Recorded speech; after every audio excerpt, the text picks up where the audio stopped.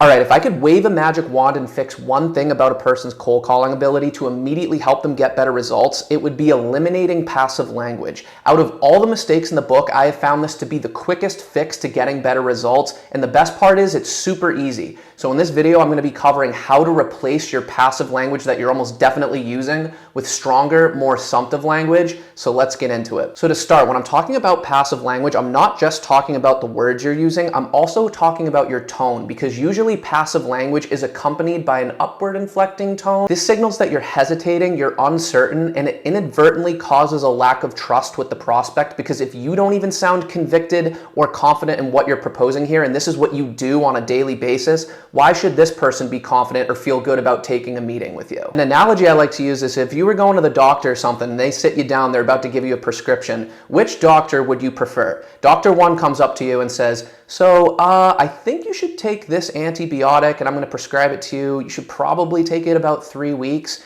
And then the second doctor comes in and says, all right, sit down. You're going to take this antibiotic for 2 weeks and then you're going to come to me after and report what symptoms you have.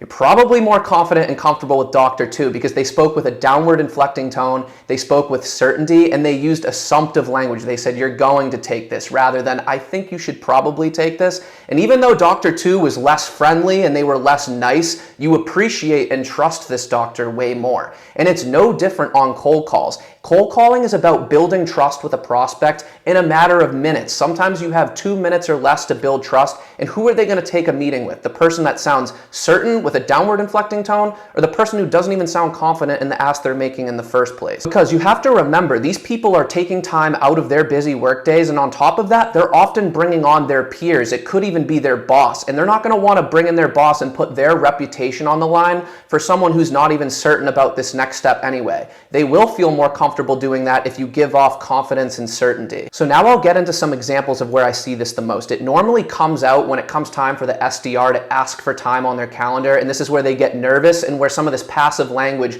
inadvertently comes out. You're not trying to sound passive, but it inadvertently comes out because you haven't built a base of confidence yet. So you'll ask for time on the calendar, you'll say something like, great, if you're interested, I'd love to set up some time next week if you're free. You put these little caveats on there and you use phrases like, if you're interested, if you're open to it, would you possibly be free, if you have time. These are little caveats that you do not need to add on, but they're dramatically reducing your results. And on top of that, it makes it really easy for the prospect to say no. It makes the path of least resistance for them to say no. And they can still be polite while doing it. They'll say something like, you know what, actually just shoot me an email and I'll get back to you after I circle back with my team and we'll reach out and follow up on this. And as we know, they almost never follow up when that's the case. But the good news is the fix is very easy. Keeping all else equal about your cold call script. You don't need to change anything else. When it comes time to ask for the meeting, rather than saying things like, if you're interested or if you're open to it, replace it with stronger, more assumptive language with a downward inflecting tone. It sounds something like, great, I'm looking to set up some time next week just to get introduced and aligned on this going forward. How does your calendar look next week on Wednesday or Thursday?